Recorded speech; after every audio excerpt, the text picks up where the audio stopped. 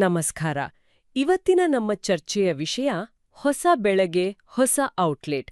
ಅಂದ್ರೆ ಮಾರಾಟ ಮತ್ತು ಬೆಳವಣಿಗೆ ಬಗ್ಗೆ ನಾವೆಲ್ಲ ಯೋಚನೆ ಮಾಡ್ತೀವಿ.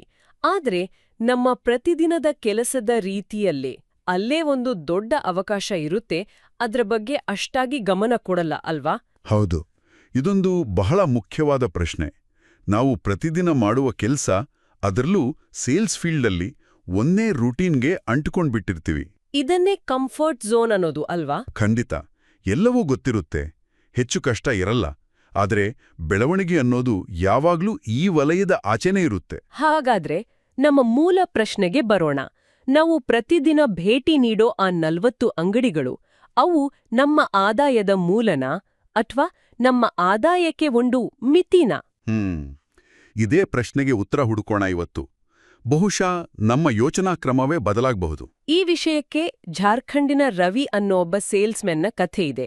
ರವಿ ತುಂಬಾ ಶ್ರದ್ಧೆಯಿಂದ ಕೆಲಸ ಮಾಡ್ತಿದ್ದ.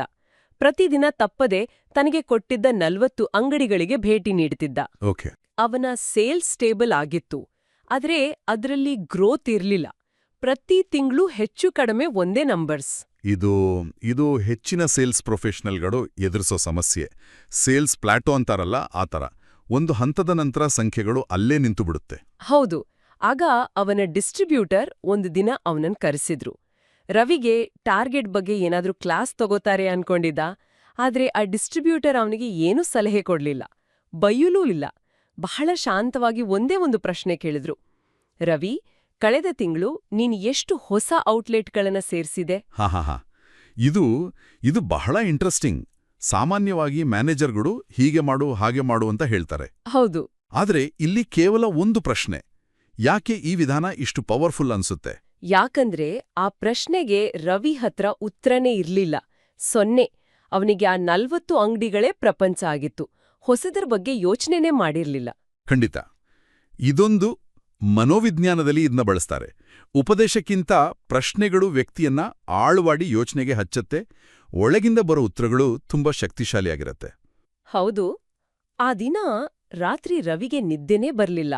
ಮರುದಿನ ತನ್ನ ಎಂದಿನ 40 ಅಂಗಡಿಗಳ ಭೇಟಿ ಮುಗಿಸಿದ್ದ. ಸಂಜೆ ಆಗ್ತಾ ಬಂತು.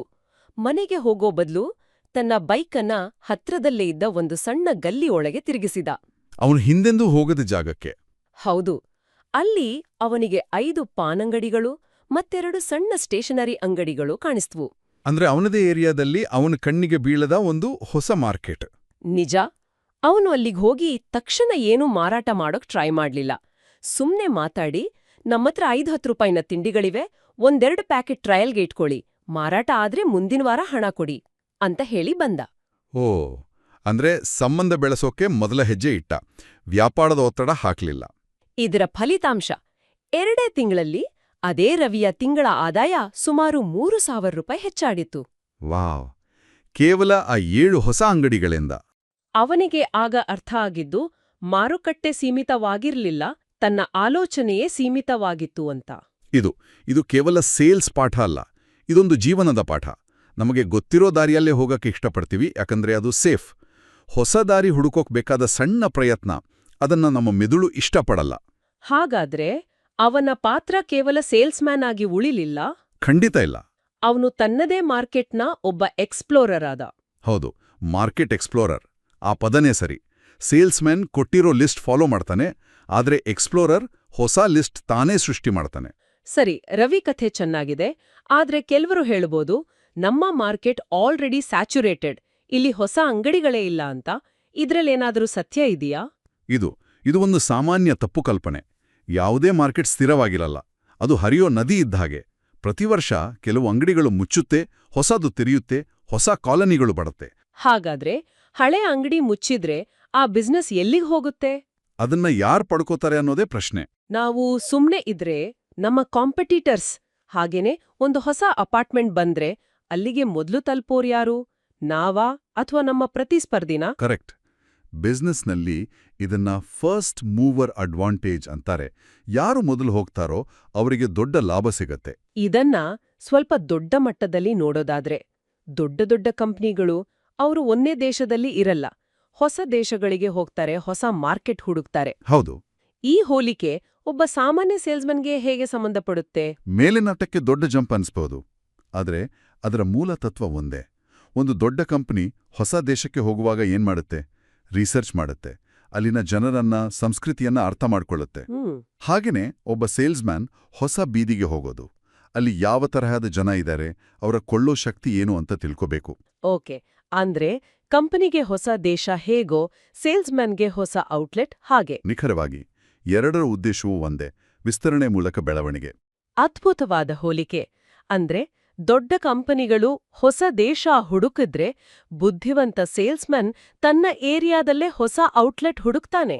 ಹೌದು, ಎರಡರ ಹಿಂದಿನ ಚಾಲಕ ಶಕ್ತಿ ಕೂಡ ಒಂದೇ: ಬೆಳವಣಿಗೆಯ ಹಸಿವು. ಸರಿ, ಇದೆಲ್ಲ ಕೇಳಕ್ಕೆ ಚೆನ್ನಾಗಿದೆ. ಆದ್ರೆ ಇದನ್ನ ಕಾರ್ಯರೂಪಕ್ಕೆ ತರೋದು ಹೇಗೆ? ಈಗ 40+5 ಅಂತ ಒಂದು ನಿಯಮ ಹೇಳ್ತಾರೆ. 40 ಹಳೆ ಅಂಗಡಿ, 5 ಹೊಸ ಅಂಗಡಿ. ಇದು ಪ್ರಾಕ್ಟಿಕಲ್ಲಾ? ನೀವು ಕೇಳಿದ್ದು ಬಹಳ ವಾಸ್ತವಿಕವಾದ ಪ್ರಶ್ನೆ. 40+5 ಅನ್ನೋದು ಒಂದು ಆದರ್ಶ. ಅದು ಆರಂಭದಲ್ಲಿ ಕಷ್ಟ ಆಗ್ಬೋದು. ಹಾಗಾಗಿ ದೊಡ್ಡ ಗುರಿ ಇಟ್ಕೊಂಡು ನಿರಾಶ ಆಗೋ ಬದಲು 40+1 ಬಗ್ಗೆ ಯೋಚಿಸೋಣ. 40 ಹಳೆಯದು, ಜೊತೆಗೆ ಒಂದೇ ಒಂದು ಹೊಸದು? ಹೌದು. ಪ್ರತಿದಿನ ಕೆಲ್ಸ ಮುಗಿಸೋ ಮುಂಚೆ ಕೇವಲ ಒಂದೇ ಒಂದು ಹೊಸ ಔಟ್ಲೆಟ್ಗೆ ಭೇಟಿ ಕೊಡೋದು ಅಸಾಧ್ಯವೇ? ದಿನಕ್ಕೆ ಒಂದು. ಅದು ಸಾಧ್ಯ ಇದೆ. ಅದಕ್ಕೊಂದು 15-20 ನಿಮಿಷ ಬೇಕಾಗಬಹುದು ಅಷ್ಟೇ. ಖಂಡಿತ. ಇದನ್ನೇ ಅಟಾಮಿಕ್ ಹ್ಯಾಬಿಟ್ಸ್ ಅನ್ನೋದು. ಸಣ್ಣ ದೈನಂದಿನ ಕ್ರಿಯೆ, ಆದರೆ ಅದರ ಪರಿಣಾಮ ದೊಡ್ಡದು. ದಿನಕ್ಕೆ ಒಂದರಂತೆ ತಿಂಗಳಿಗೆ 25 ಹೊಸ ಕಾಂಟ್ಯಾಕ್ಟ್ಸ್, ವರ್ಷಕ್ಕೆ 300. ಅದರಲ್ಲಿ ಸ್ವಲ್ಪ ಯಶಸ್ಸು ಸಿಕ್ಕಿದ್ರೂ ಬಿಸ್ನೆಸ್ನಲ್ಲಿ ದೊಡ್ಡ ಬದಲಾವಣೆ ಆಗತ್ತೆ. ಖಂಡಿತ. ಸರಿ, ಒಂದು ಹೊಸ ಔಟ್ಲೆಟ್ಗೆ ಹೋದ್ವಿ ಅಂತ ಇಟ್ಕೊಳ್ಳೋಣ. ಅಲ್ಲಿ ನಮ್ಮ ವರ್ತನೆ ಹೇಗಿರ್ಬೇಕು? ಮೊದಲ ಭೇಟಿಯಲ್ಲೇ ಆರ್ಡರ್ ಪಡ್ಕೋಬೇಕು ಅಂತ ಹೋಗ್ಬೇಕಾ? ಇಲ್ಲ, ಖಂಡಿತ ಇಲ್ಲ. ಅದು ಬಹಳ ಮುಖ್ಯವಾದ ಪಾಯಿಂಟ್. ಮೊದಲ ಭೇಟಿ ವ್ಯಾಪಾರಕ್ಕಾಗಲ್ಲ, ಅದು ಸಂಬಂಧದ ಅಡಿಪಾಯಕ್ಕಾಗಿ. ಆರ್ಡರ್ ಕೇಳೋ ಬದಲು ಪ್ರಶ್ನೆಗಳನ್ನ ಕೇಳಬೇಕು. ಹೇಗೆ? ಉದಾಹರಣೆಗೆ, ನಿಮ್ಮ ಅಂಗಡಿ ಯಾವಾಗ ಶುರುವಾಗಿದ್ದು? ಇಲ್ಲಿ ಯಾವ ಥರದ ಕಸ್ಟಮರ್ಸ್ ಬರ್ತಾರೆ? ಯಾವ ವಸ್ತುಗಳು ಜಾಸ್ತಿ ಸೇಲ್ ಆಗತ್ತೆ? ಈ ಥರ. ಅಂದ್ರೆ ಸೇಲ್ಸ್ಮನ್ ಆಗೇ ಹೋಗೋ ಬದಲು ಒಬ್ಬ ಸ್ನೇಹಿತನ ಹಾಗೆ ಹೋಗ್ಬೇಕು. ನಿಖರವಾಗಿ. ನಿಮ್ಮ ಉದ್ದೇಶ ಅವರ ವ್ಯಾಪಾರವನ್ನ ಅರ್ಥ ಮಾಡ್ಕೊಳ್ಳೋದು ಆಗಿರಬೇಕು. ನಂಬಿಕೆ ಗಳಿಸೋದು ಮುಖ್ಯ. ಆರ್ಡರ್ಗಳು ತಾವಾಗೇ ಬರುತ್ತೆ. ಮೊದಲ ಭೇಟಿ ಆರ್ಡರ್ಗಾಗಿ ಅಲ್ಲ, ತಿಳುವಳಿಕೆ ಮತ್ತು ಸಂಪರ್ಕಕ್ಕಾಗಿ. ಹೌದು. ಈ ಮನೋಭಾವ ದೀರ್ಘಕಾಲದ ಯಶಸ್ಸಿಗೆ ದಾರಿ ಮಾಡುತ್ತೆ. ಸರಿ, ನಾವು ಈ ಚರ್ಚೆಯ ಕೊನೆಗೆ ಬಂದಿದ್ದೇವೆ. ನಾವು ಶುರು ಮಾಡಿದ ಪ್ರಶ್ನೆಗೆ ವಾಪಸ್ ಬರೋಣ. ಪ್ರತಿಯೊಬ್ಬರೂ ತಮ್ಮನ್ನು ತಾವು ಕೇಳ್ಕೊಳ್ಬೇಕಾದ ಪ್ರಶ್ನೆ: ನಾನು ಇಂದು ಒಂದು ಹೊಸ ಔಟ್ಲೆಟ್ ಸೇರಿಸಿದರೆ ನನ್ನ ನಾಳೆ ಖಂಡಿತವಾಗಿಯೂ ಉತ್ತಮವಾಗುವುದಿಲ್ಲವೇ? ಖಂಡಿತವಾಗಿಯೂ ಉತ್ತರ ಹೌದು ಅಂತಾನೆ ಇರುತ್ತೆ. ಯಾಕೆಂದ್ರೆ ಪ್ರತಿಯೊಂದು ಹೊಸ ಸಂಪರ್ಕವೂ ಒಂದು ಹೊಸ ಅವಕಾಶದ ಬಾಗಿಲು. ನಿಂತ ನೀರು ಕೊಳೆಯುತ್ತೆ, ಹರಿಯೋ ನೀರು ಮಾತ್ರ ಶುದ್ಧವಾಗಿರುತ್ತೆ. ವ್ಯವಹಾರದಲ್ಲೂ ಹಾಗೇನೆ. ಈ ಚರ್ಚೆಯನ್ನ ಮುಗಿಸೋ ಮುನ್ನ ಕೇಳುಗರಿಗೆ ಒಂದು ಕೊನೆಯ ಯೋಚನೆ. ನಾವು ಇಷ್ಟೊತ್ತು ಹೊಸ ಔಟ್ಲೆಟ್ಗಳ ಬಗ್ಗೆ ಮಾತಾಡಿದ್ವಿ. ಆದ್ರೆ ಇದನ್ನೇ ಇನ್ನೊಂದು ಹೆಜ್ಜೆ ಮುಂದೆ ತಗೊಂಡು ಹೋದ್ರೆ, ಪ್ರತಿದಿನ ನಿಮ್ಮ ಪ್ರಾಡಕ್ಟ್ಗೆ ಸಂಬಂಧವೇ ಇಲ್ಲದ ಒಬ್ಬ ಹೊಸ ವ್ಯಕ್ತಿ ಜೊತೆ ಮಾತಾಡೋಕೆ ಶುರು ಮಾಡಿದ್ರೆ ಏನಾಗಬಹುದು? ಆಸಕ್ತಿದಾಯಕ ಯೋಚನೆ. ನಿಮ್ಮ ರೂಟ್ನಲ್ಲಿರೋ ಚಹಾ ಅಂಗಡಿಯವರು, ಪೇಪರ್ ಹುಡುಗ ಅಥವಾ ಬೇರೆ ಯಾರಾದ್ರೂ ಅವರಿಂದ ಯಾವ ಅನಿರೀಕ್ಷಿತ ಅವಕಾಶಗಳು, ಯಾವ ಹೊಸ ಆಲೋಚನೆಗಳು ಹುಟ್ಟಬಹುದು? ಬಹುಶಃ ಮುಂದಿನ ದೊಡ್ಡ ಅವಕಾಶ ಆ 40 ಅಂಗಡಿಗಳ ಹೊರಗಡೆ ಇಂತಹ ಸಂಭಾಷಣೆಗಳಲ್ಲೇ ಇರ್ಬೋದೇನೋ. ಕೊನೆಯದಾಗಿ, ಇಂದಿನ ನಮ್ಮ ಚರ್ಚೆಯ ಸಾರಾಂಶ ಒಂದೇ ಸಾಲಿನಲ್ಲಿ: ಹೊಸ ಔಟ್ಲೆಟ್, ಹೊಸ ಬೆಳಗ್ಗೆ.